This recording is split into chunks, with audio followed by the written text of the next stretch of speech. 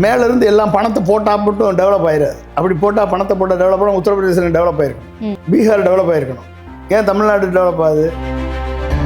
காங்கிரஸ் யார் தடுத்தா? காங்கிரஸுக்கு வேறு வித்தால் இருக்கு, ஆர்கனைசேஷன் ஸ்ட்ரக்சர் ஆல்ரெடி இருக்கு, ஏற்கனவே ஒரு மக்கள் செல்வாக்கு இருக்கு. இளம் இரத்த ஓட்டத்தை கட்சிக்குள் பாய்ச்சுவதற்கு காங்கிரஸுக்கு என்ன பிரச்சனை? இதெல்லாம் பண்ண வேண்டிய தேவை இருக்கா இல்லையா? அதை செய்தால் காங்கிரஸ் உருப்படுமா இல்லையா? பிரவீன் சக்கரவர்த்தி ராகுல் காந்தியை மிஸ்லீடிங் டேட்டாவை கொடுத்து ராகுல் காந்தியை கன்ஃபியூஸ் பண்ணியிருக்க மாட்டாருன்னு என்ன நிச்சயம்? இத்தனைக்கும் பிஜேபி தனித்து நின்று வாங்கலாம் அந்த 11%. ஆனால் அதை கூட காங்கிரஸ் ப்ரூவ் பண்ணல. ப்ரூவ் பண்ணுங்க, களத்தில் உங்களை கூட்டத்தை சேருங்க. வேண்டாம், திமுகவோட இருக்கலாம் அப்படின்ற மாதிரியான ஒரு வாதம் போய்கிட்டு இருக்கு. இது எப்படி புரிஞ்சுக்கணும்? அதாவது சீசன்டு பாலிட்டிஷியனுக்கும் பெர்செப்ஷனை நம்பி ஏமாறக்கூடியவர்களுக்கும் வித்தியாசம் இருக்கு.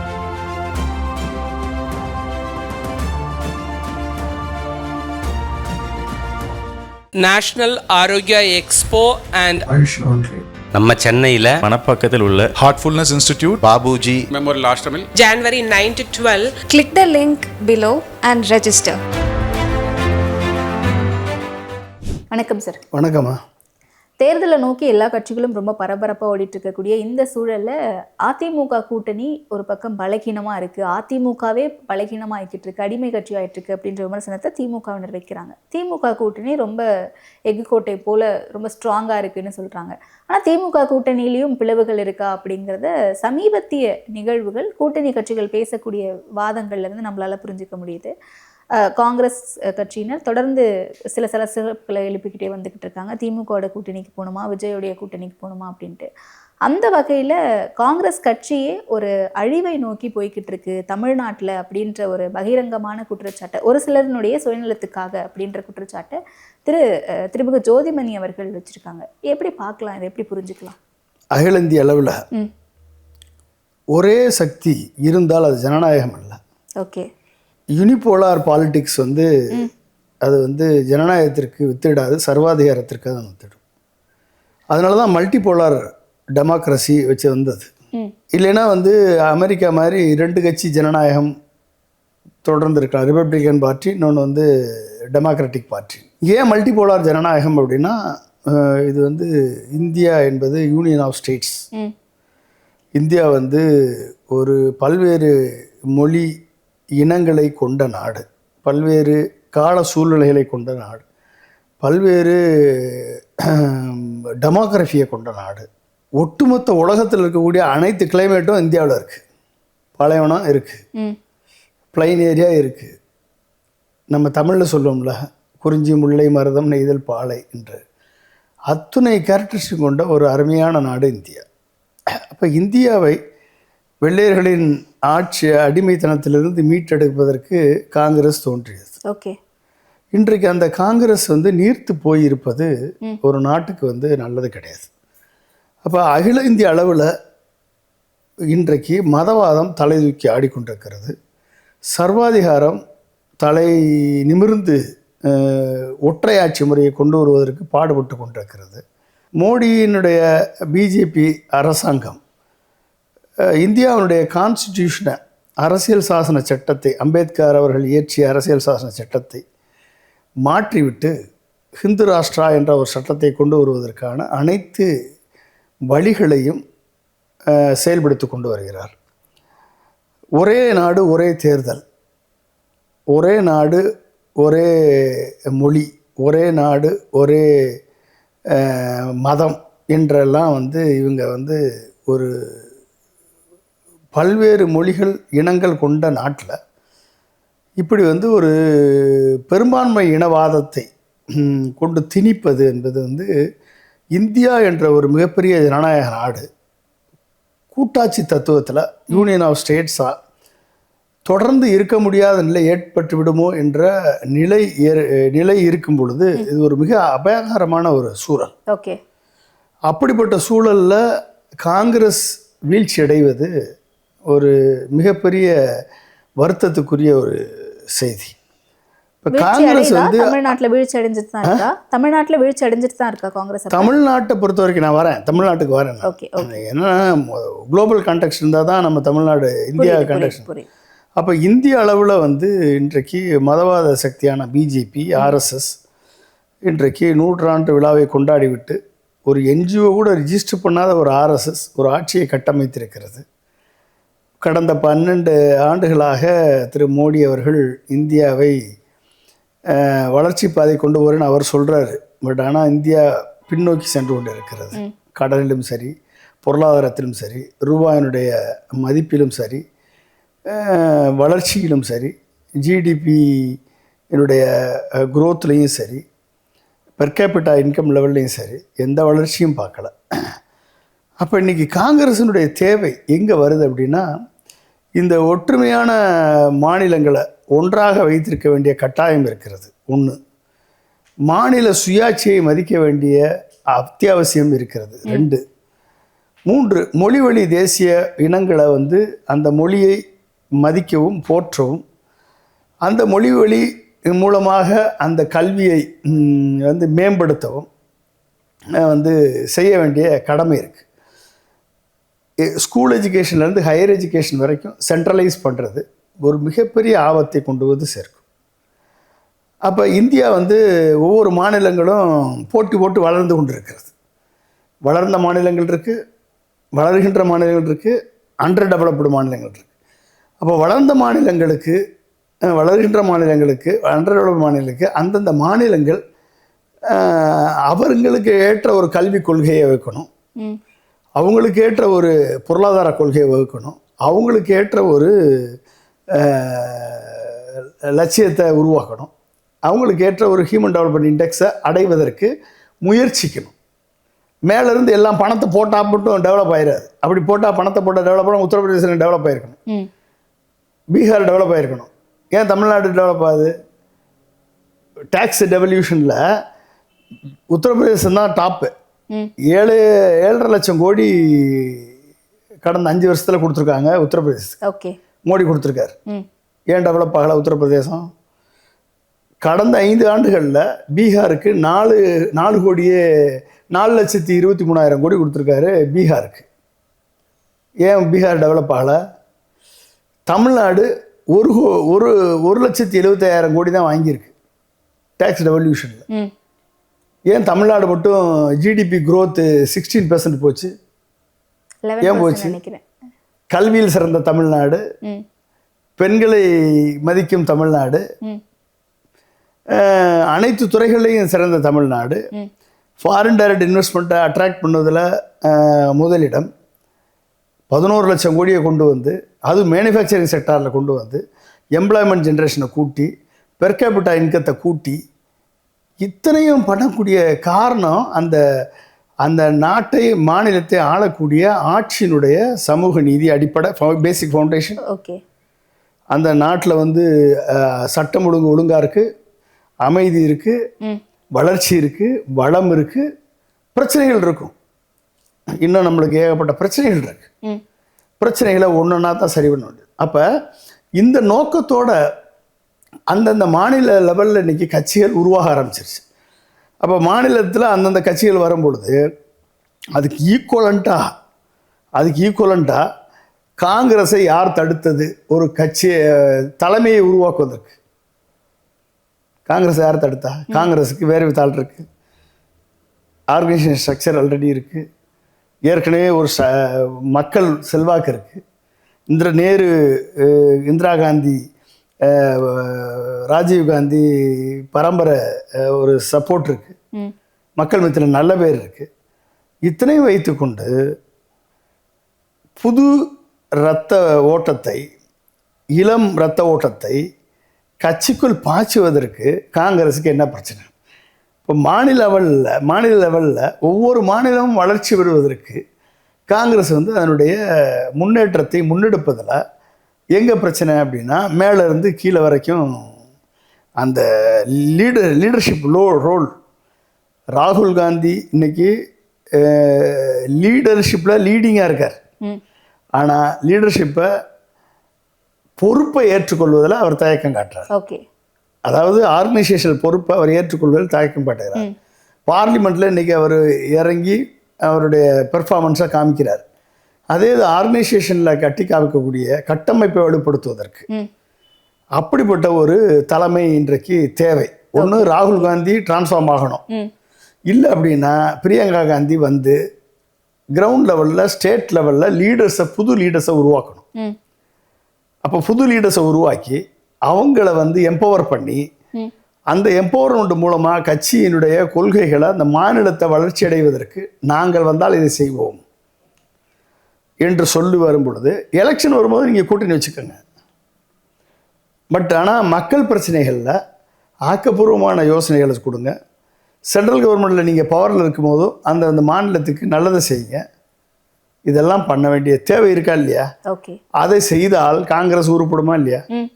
இதை செய்வதற்கு அவங்க அதுல கோட் பண்றாங்கல்ல, ராகுல் காந்தி அவர்களின் தன்னலமற்ற கொள்கை பிடிப்பு மிகுந்த அச்சமற்ற இந்த அரசியலுக்கு நேர் எதிரான பாதையில தமிழ்நாடு காங்கிரஸ் போயிட்டு இருக்கு அப்படின்ட்டு. அப்ப நேஷனல் லெவல்ல தலைவர் ராகுல் காந்தி சரியா தான் போய்கிட்டு இருக்காரு, தன்னலமற்ற ஒரு அரசியல மக்களுக்கான அரசியலை முன்னெடுக்கிறாரு, தமிழ்நாட்டில தான் அழிவை நோக்கி போய்கிட்டு இருக்கு அப்படின்னு அவங்களுக்குள்ள அவங்க சொல்ற பிரச்சனையோட உண்மை தன்மையை நம்ம அண்டர்ஸ்டாண்ட் பண்ணணும்.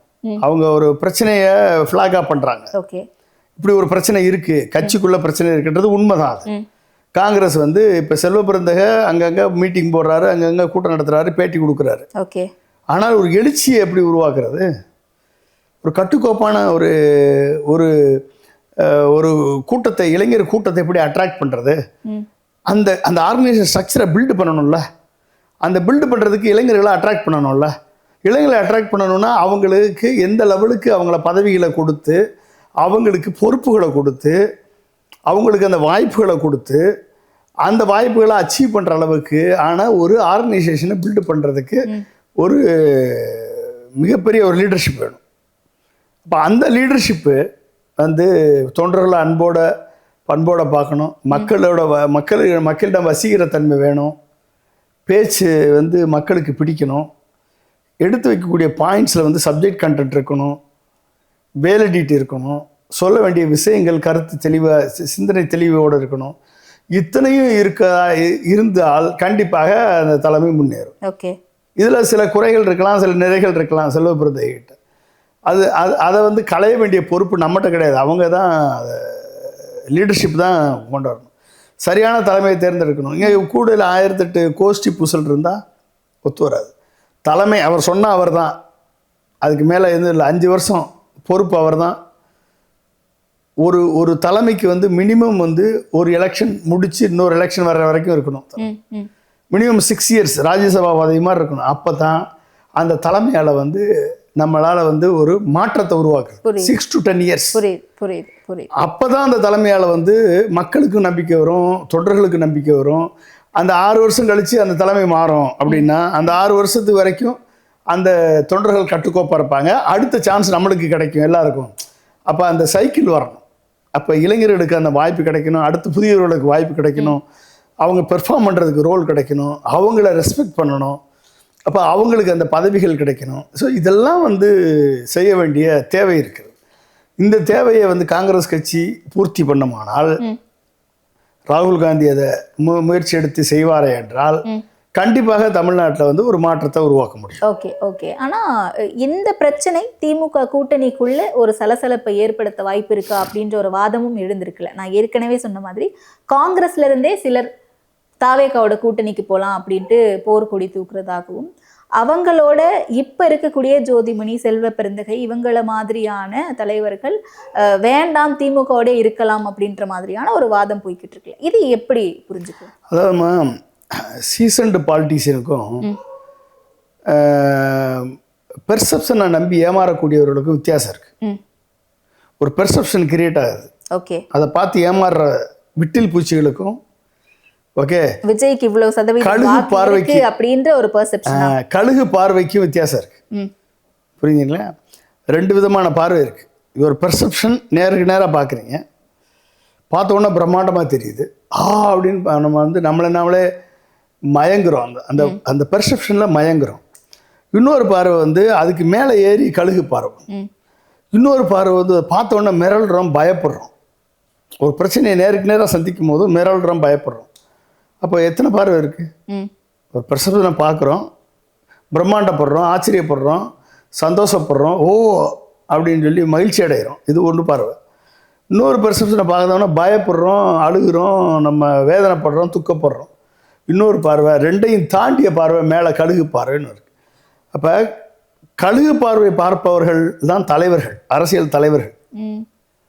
இந்த பெர்செப்ஷனை பார்த்த உடனே மகிழ்ச்சி அடைகிறான் பாருங்க. அவன் வந்து ஒரு சாதாரண தொண்டன், சாதாரண ஒரு மனிதன். ஓகே, அதை பார்த்த உடனே பயப்படுறாங்க பாருங்க, அவங்க மிகவும் அப்பாவிகள். ஓகே, இதுதான் வித்தியாசம். ஓகே, அப்போ இந்த 3 வித்தியாசத்தில் இந்த கழுகு பார்வை பார்க்க வேண்டிய நிலையில் இருக்கக்கூடியவர்களுக்கு விஜய் யாருன்னு தெரியும். விஜயில் நீங்கள் கேட்டுக்கங்க. நம்ம இவ்வளோ நாளாக பார்த்துட்ருக்கோம், பேசிகிட்ருக்கோம். ஃபஸ்ட்டு மீட்டிங் எங்கே நடந்துச்சு? அவர் விஜய் மீட்டிங் விக்கிரவாண்டி. எத்தனை லட்சம் பேர் வந்தாங்க? எத்தனை லட்சம் சேர் போட்டாங்க? 1 லட்சம் 1.5 லட்சம் போட்டிருப்பாங்க. 1 லட்சம் போட்டுறாங்க சேர். சரி, அதுக்கு டபுள் போடுங்க. டபுள் கூட வேணாம், ட்ரிபிள் போடுங்க. 3 லட்சம் பேர் வந்திருப்பாங்களா? 1 லட்சம் பேர் சேரில் உட்காராம நின்றுட்டு இருந்தாங்கன்னு வச்சுக்கோங்க. அப்போ 3 லட்சம் ஒத்துக்கலாமா? 3 லட்சம் பேர். மதுரையில் எவ்வளோ? விக்கிரவாண்டியோட பெருசு மதுரை மாநாடு. மதுரையில் எத்தனை பேர் வந்தாங்க? ஒரு 5 லட்சம் வச்சுப்போம் சார். ஒரு 5 லட்சம் வச்சுப்போம். ஒரு 1.5 லட்சம் சேர் போட்டாங்கன்னு சொன்னாங்க. அப்போ எவ்வளோ ஆச்சு? 3 லட்சம் பேர். நீங்கள் 5 லட்சம் கூட வச்சுக்கோங்க. விக்கிரவாண்டிக்கு வந்தவங்க மதுரைக்கு வந்திருக்க மாட்டாங்களா? மதுரைக்கு வந்தவங்க விக்கிரவாண்டிக்கு வந்திருக்க மாட்டாங்களா? தமிழ்நாடு முழுக்க ஒரு உச்சபட்ச நடிகர் கேரியர் உச்சத்தை விட்டு அரசியல் கட்சி ஆரம்பிக்கிட்டு 1 வருஷம் கழித்து மாநாடு போடும்போதும் ஒட்டுமொத்த தமிழகத்தில் இருக்கக்கூடிய அத்தனை இளைஞர்களையும் திரட்டி காரு, பஸ்ஸு, வேன் எடுத்து வந்து மொத்த கூட்டம் 5 லட்சமா? அதாம்மா ரசிகர்கள் கூட்டம். அந்த 5 லட்சம் அந்த கூட்டத்தை பார்க்கறதுக்கு ரசிகர்கள் போறாங்க. அந்த கூட்டத்தை வச்சு காங்கிரஸ் ஒரு பெர்செப்ஷனுக்கு இல்ல, அது காங்கிரஸோட பெர்செப்ஷன் மட்டும் இல்ல, பாதி பார்வையாளர்கள் பெர்செப்ஷன் அப்படிதான் இருக்கு, பாதி அப்பாவி மக்களுடைய பெர்செப்ஷன் அப்படிதான் இருக்கு. அப்பாவி மக்கள் பார்ப்பாங்க, இவ்வளவு கூட்டம் வருதுன்னு வியப்பாங்க. பட் அனுபவசாலியான ஊடகங்களுடைய பெர்செப்ஷன் அப்படித்தானே இருக்கு. ஊடகங்கள் தானே ஊதி ஊதி பெருசாக்குது. பேப்பர்கள் எழுதுதுல, காசு வாங்கிட்டு எழுதுறாங்கல்ல.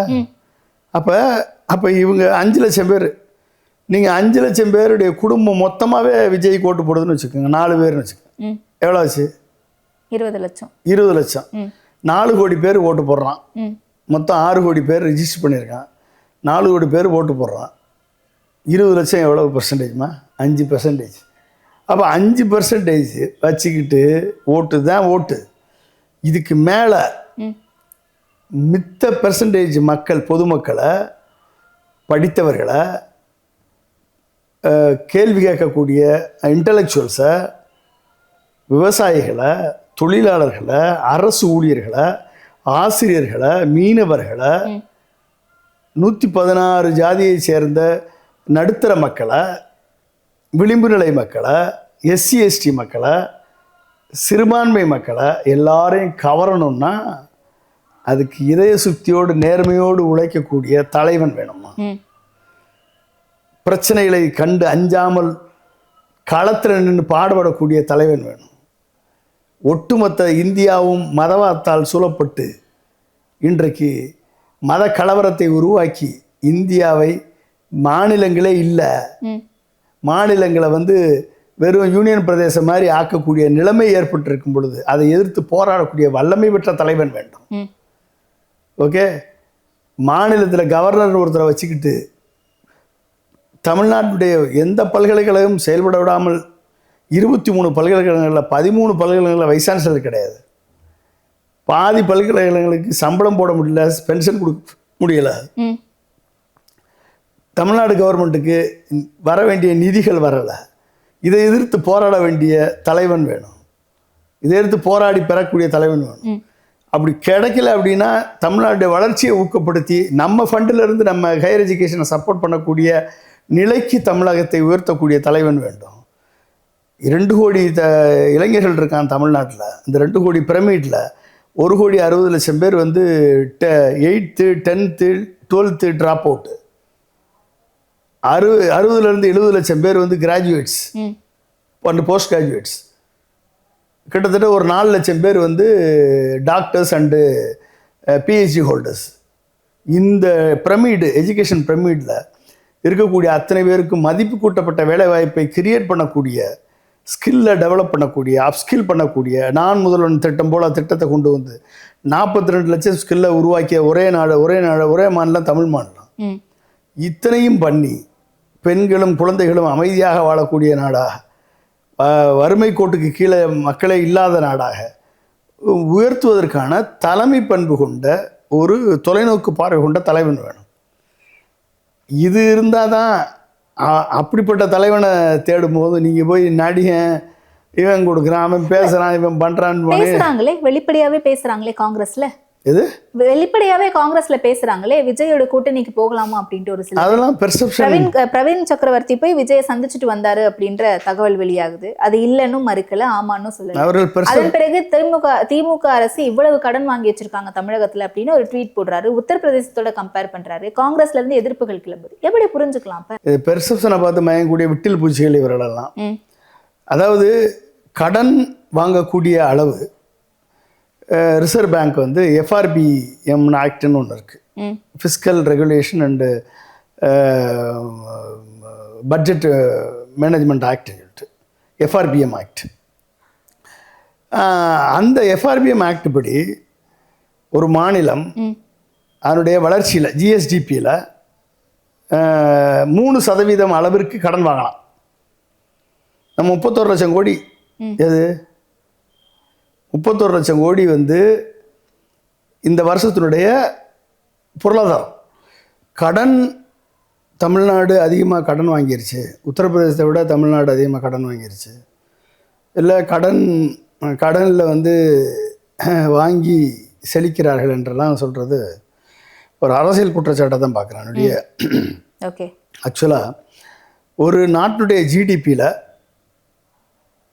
நீங்கள் வந்து 4%, மேக்ஸிமம் சீலிங் வந்து 4%. ஆனால் மினிமம் FRBM ஆக்ட் படி மினிமம் வந்து 3%க்குள்ளே வந்து அதனுடைய ஜிடிபியில் 3%க்குள்ளே அதனுடைய லோன் இருக்கணும். Okay. Dept to GDP ratio around 26 to 28% வரைக்கும் இருக்கலாம். தமிழ்நாடு 26% டெப்ட் டு ஜிடிபி ரேஷியோவில் இருக்குது, அளவுக்குள்ளே இருக்குது. இந்தியா எவ்வளோ பர்சன்ட் தெரியுமா? 56 to 57%. அளவு 56 to 57. 200 லட்சம் கோடி கடன் வாங்கியிருக்காரு மோடி வந்த பிறகு. தமிழ்நாடு கவர்மெண்ட்டு 9 லட்சம் கோடி கடனில் இருக்குது. நம்ம பொருளாதாரம் 31 லட்சம் கோடி. ஸோ டெப்ட் டு ஜிடிபி ரேஷியோ வந்து 26.07% தான் கணக்கு. It is less than 3% GDP. Yes, it is less than 3% GDP. அப்போ கடன் வாங்கக்கூடிய அளவுக்கு தகுதி பெற்ற மாநிலம் தமிழ்நாடு. கடன் வாங்கக்கூடிய அளவுக்கு, வாங்க வேண்டிய அளவுக்கு தான் கடன் வாங்குறாங்க. அதை வாங்கினதுனால தான் அந்த வளர்ச்சியை கொண்டாட முடியுது என்ற நிலை ஏற்பட்டிருக்கு. ஓகே, இல்லைன்னா நடக்காது.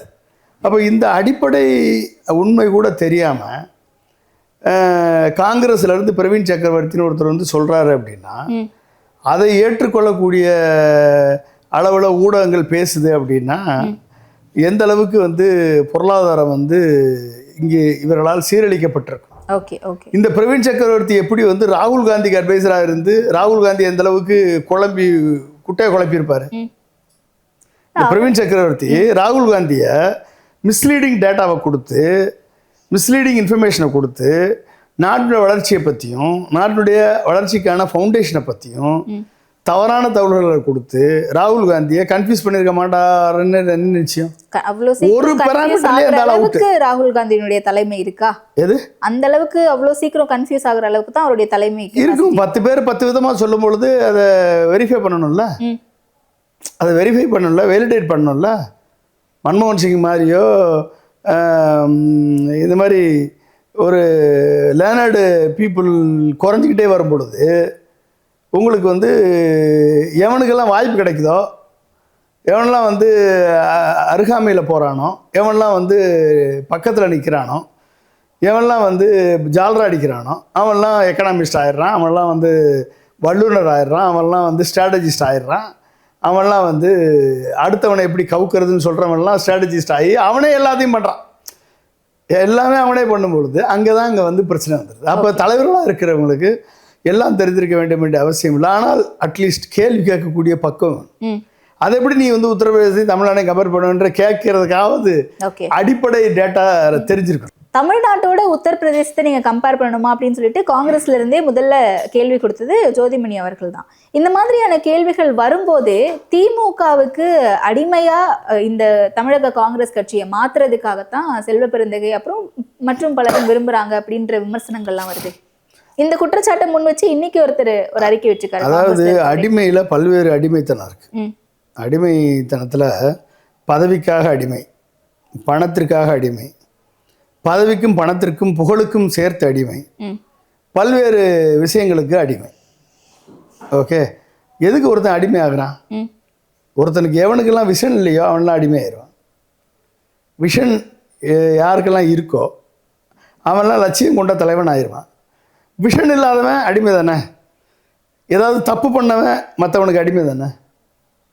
ஊழல் பண்ணவன் பிஜேபிக்கு அடிமை. ஓகே, அதிகாரம் துஷ்பிரயோகம் பண்ணவன் அரசுக்கு சட்டத்துக்கு அடிமை, குற்றம் செய்தவன் சட்டத்துக்கு அடிமை. அப்போ என்ன அர்த்தம்? ஏன் ஒருத்தனை அடிமைன்னு சொல்ல வேண்டிய சூழல் வருது அப்படின்னா, எவன் ஒருத்தன் பதவிக்கும் பணத்திற்கும் அதிகாரத்திற்கும் அடிமைப்படுகிறானோ அவன்லாம் வந்து அடிமை தான். ஓகே, இப்போ இந்த 18 சீட்டுக்காக காங்கிரஸ் கட்சி இருப்பது போன்ற தோற்றம் ஏற்படுகிறது.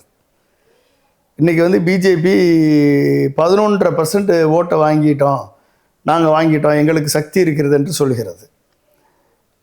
அந்த லெவலில் வந்து இவங்க ப்ரூவ் பண்ணுறதுக்கு இத்தனைக்கும் பிஜேபி தனித்து நின்று வாங்கலாம். அந்த 11%ஐயும் பிஜேபி இன்னமும் தனித்து நின்று தமிழ்நாட்டில் வாங்கலை. டிடிவியோட ஓபிஎஸோட பாமகவோட சேர்ந்து நின்று தான் வாங்கியிருக்கு. ஓகே, தனித்து நின்று பிஜேபி ப்ரூவ் பண்ணல. ஆனால் அதை கூட காங்கிரஸ் ப்ரூவ் பண்ணல. எங்கெல்லாம் ப்ரூவ் பண்ண வேண்டிய உங்களுக்கு வாய்ப்பு தேவை இருக்கு. Local body panchayat board election prove பண்ணுங்க. களத்தில் வந்து உங்களை கூட்டத்தை சேருங்க, மீட்டிங் போடுங்க, மக்கள் படையை திரட்டுங்க, உங்கள் பக்கம் வந்து எல்லாரையும் கன்சல்டேட் பண்ணுங்க. அப்போ ஒரு மதவாதம் தலை தூக்கும் பொழுது இங்கே செக்குலர் ஃப்ரண்ட் கன்சாலிடேட் ஆகணுமா இல்லையா? ஒரு தீவிரவாதம் தலை தூக்கும் போது அமைதியானவர்கள் ஒன்றாக சேரணுமா இல்லையா? சொல்லிக்கிட்டு இருக்காங்க. அதை சேர்றதுக்கான பிளாட்ஃபார்ம் இல்லைன்னு நினைக்கிறான் இளைஞர்கள் அங்கே. ஓகே, அதுக்கான பிளாட்ஃபார்ம் அங்கே இல்லை. வெறும் வாய் வார்த்தையா மட்டும்தான் செக்யூலரிசம் பேசுறாங்க, அதை கடைபிடிக்க மாட்டாங்கன்னு சொல்லுவாங்க. அதுக்கான பிளாட்ஃபார்ம் அங்கே இல்லை. எனக்கு நான் போனால் எனக்கு அதுக்கு வாய்ப்பு கிடைக்கும். நான் இளைஞர் ஏன் இப்போ வந்து விஜய் பக்கம் போகிறான், ஏன் விஜய் சீமான் பக்கம் போகிறான், ஏன் சொல்லுங்க? இங்கே ஏடிஎம்கேல வாய்ப்பு கிடைக்காது, டிஎம்கேல வாய்ப்பு கிடைக்காது, மற்ற கட்சியில் வாய்ப்பு கிடைக்காது. நான் புது கட்சிக்கு போகிறானே இல்லையா? பட் ஆனால் அந்த புது கட்சியில் போனால் அங்கே மேலே இருக்கிறதே எம்டியாக ஹாலோவாக இருந்துச்சுன்னா எப்படி வாய்ப்பு கிடைக்கும்? மேலே இருக்கிறதே வந்து ஐடியாலஜிக்கலி கான்ஃபரன்டேஷனாக இருந்தால் எப்படி வாய்ப்பு கிடைக்கும்? மேலே இருக்கிற ஐடியாலஜிக்கலாக ஒன்றுக்கு ஒன்று ஆப்போசிட்டாக பேசிக்கிட்டு இருந்தால் எப்படி வாய்ப்பு கிடைக்கும்? இப்போ தலைமை சரியில்லாதப்ப வாய்ப்பு கிடைச்சும் பிரயோஜனம் இல்லை. ஓகே, வாய்ப்பு கிடைச்சப்போ தலைமை சரியில்லைன்னா அதுவும் பிரயோஜனம் இல்லை. ரெண்டும் ஒன்று மேட்ச் ஆகணும். ஓகே, மேட்சாக தான் ஜெயிக்க முடியும். ஓகே, அப்போ இன்னைக்கு காங்கிரஸினுடைய நிலை உட்கட்சிக்குள்ள நிறைய பிரச்சனை இருக்கு அப்படின்னு சொல்லிட்டு இருக்காங்க. இதெல்லாம் தாண்டி தேர்தலை எந்த கட்சியோட சந்திக்க போறாங்க அப்படிங்கிறதும் ஒரு கேள்விக்குறியா இருக்குல்ல. திமுகவோட தான் தொடருவாங்களா? தொடர்ந்து அதை உறுதிப்படுத்திக்கிட்டே இருக்காங்க, ஆனாலும் இந்த மாதிரியான சிக்கல்கள் எழுந்துகிட்டே இருக்கு. உட்கட்சி பிரச்சனைக்குள்ள மற்ற கூட்டணி கட்சி தலைவர்கள் யாரும் தலையிட வேண்டாம், பேச வேண்டாம் அப்படின்னு மாணிக்கம் தாக்கூர் பகிரங்கமா ஒரு குற்றச்சாட்டு வைக்கிறாரு. தொடருமா இந்த கூட்டணி திமுக கூட? இல்ல, உட்கட்சி பிரச்சனையில யாரும் தலையிட மாட்டாங்க. நீங்க தமிழ்நாடு கவர்மெண்ட்டை கிரிட்டிசைஸ் பண்ணும்போது அப்புறம் சும்மா இருப்பாங்களா மற்றவங்க? தமிழ்நாடு அரசு சும்மா இருக்காது, திமுக சும்மா இருக்காது, கூட்டணி கட்சிகள் அதுக்கு பதிலாக அடிக்க தான் வேணும். அப்போ அது சும்மா இருக்க முடியாது. உட்கட்சி பிரச்சனையை நீங்கள் தீருங்க, உட்கட்சி பிரச்சனையை நல்லா ஸ்ட்ரென்தன் படுத்துங்க, உட்கட்சி பிரச்சனை நீங்கள் உட்கட்சியை நீங்கள் சரிப்படுத்துங்க, பிரச்சனையை சரி பண்ணுங்க, எல்லோரையும் ஒன்றா சேருங்க. அதில் பற்றி யாரும் குறை சொல்ல போகிறதில்ல. அரசை குறை சொல்லும் போதும் அதுக்கு காரணமாக சில பேர் இருக்கும்போதும் ஆக்ஷன் எடுக்கலைன்னா பேச்சுவார்த்தைகள் வரத்தான் செய்யும். அப்போ சில பேர் வந்து இந்த கூட்டணியை விட்டு போயிடலாம் அப்படின்னு விட்டில் பூச்சிகள் மாதிரி பலமே நிரூபிக்கப்படாத சக்திகளை எல்லாம் பலம் நிரூபிக்கப்பட்ட சக்தி என்று பெர்செப்ஷனை பார்த்து ஏமாறக்கூடிய விட்டில் பூச்சிகள் மாதிரி சில பேர் வந்து பேசிக்கொண்டும் பேட்டி கொடுத்து கொண்டும் சொந்த கட்சிக்கு எதிராகவே சில செயல்பாடுகளை செய்து கொண்டு இருப்பவர்கள் மீது நடவடிக்கை எடுக்காமல் இருப்பதன் காரணமாக வரக்கூடிய பிரச்சனைகள் இதெல்லாம். Okay okay. அப்போ அதை சரி பண்ண வேண்டிய நிலைமையில் இன்னைக்கு தமிழ்நாடு காங்கிரஸ் கமிட்டி தலைவர் செல்வபிரத இருக்கார். இன்னைக்கு இல்லைன்னா வந்து இல்லை வந்து அவர் உடனே ராகுல் காந்திகிட்ட பேசி இல்லை மல்லிகார்ஜுன கார்கேட்ட பேசி அதுக்கான நடவடிக்கை எடுக்கணும். எடுக்கலைன்னா அப்புறம் நீங்கள் அப்புறம் எப்படி கட்சி கட்டி காப்பீங்க? இன்னைக்கு ஜோதிமணி அவர்கள் சொன்னதுக்கு அவங்க மேல கடுமையான விமர்சனத்தை முன் வச்சிருக்காரு. ஜோதிமணி இப்படி சொல்லியிருக்க கூடாது, அது அவங்க சொன்னது வருத்தம் அளிக்குது அப்படின்ற மாதிரி. இல்லை பிரச்சனை இருக்குன்றத ஃப்ளாகா பண்ணால் தப்புன்னு சொல்ல முடியாதுல்ல. ஜனநாயகத்தில் ஃப்ளாகா பண்ணலாம். பிரச்சனை இருக்கு, பிரச்சனை இருக்குன்றத சொல்லவே தப்புன்னு சொல்லக்கூடாது. பிரச்சனை இருப்பதை சரி பண்ண செய்யணும். காங்கிரஸ்ல இருந்துகிட்டே தமிழ்நாடு காங்கிரஸ் அழிவை நோக்கி போய்கிட்டு இருக்கு அப்படின்னு சொல்லும் போது அது காங்கிரஸை வீக்கெண்ட் தானே பண்ணும். நீங்க அதை தூக்கி போடுங்க. உங்களுக்கு பிடிக்கல, அவங்க சரியா செயல்படுனா தூக்குங்க, டிஸ்மிஸ் பண்ணுங்க. அவங்களா எம்பி பதில் வந்து தூக்குங்களா. என்ன பண்ண போறீங்க? நீங்க என்ன திரும்பி ஆட்சி பிடிக்க போறீங்களா? அந்த மாதிரி இருந்தால ஆட்சி பிடிக்க போறீங்களா? நீக்குங்க, தைரியமாக முடிவெடுங்க. ஒன்று வச்சுக்கோங்க, இல்லை காங்கிரஸ் ரீஆர்கனைஸ் பண்ணுங்க, இல்லை இந்த மாதிரி டிசென்ட்டை தூக்குங்க, இல்லை கூட இருந்துக்கிட்டே உளவு வேலை பார்த்து உள்ளதையும் கெடுக்கக்கூடிய புல்லுருவிகளை தூக்குங்க. ஏதாவது ஒன்று பண்ணுங்க. ஒன்று நீங்கள் காங்கிரஸ் கட்சியை வலுப்படுத்துங்க, இல்லை இன்னொன்று வந்து ஸ்ட்ரென்தன் பண்ணி நல்ல லெவலுக்கு கொண்டு வாங்க, இல்லை ஒரு டிசிப்ளின் கொண்டு வாங்க, இல்லை வந்து மேலே இருக்கக்கூடிய தலைவருக்கான கோலுக்கு உங்களை அலைன் பண்ணுங்க. ஓகே. எதுவுமே பண்ண மாட்டேன், நான் வச்சுக்கிட்டே இருப்பேன், பேசிக்கிட்டே இருப்பேன்னா அப்புறம் இந்த மாதிரி பிரச்சனைகள் வரத்தானே செய்யும். அப்போ உங்கள் கூட்டணி கட்சி உங்களை எப்படி மதிப்பாங்க பாருங்க. திமுக அப்படி மதித்து உங்களுக்கு சீட் கொடுக்கும். சீட் டிமாண்ட் பண்ண முடியுமா இப்படியே போனால் திமுகவிடம்? இல்லை, பிரிஞ்சு போகிறது காங்கிரஸுக்கு லாபம் இல்லை, பிரிஞ்சு போனால் திமுகவுக்கு நட்டம் இல்லை. அவ்வளோதான். பிரிஞ்சு போனால் திமுகவுக்கு நஷ்டம் இல்லை. தமிழ்நாடு சூழ்நிலை அப்படி தானே இருக்கு. ஓகே ஓகே ஓகே சார், தெளிவான பதில்களை கொடுத்தீங்க. தொடர்ந்து பேசும் நேரத்திற்கு நன்றி. தேங்க்யூ மாதா.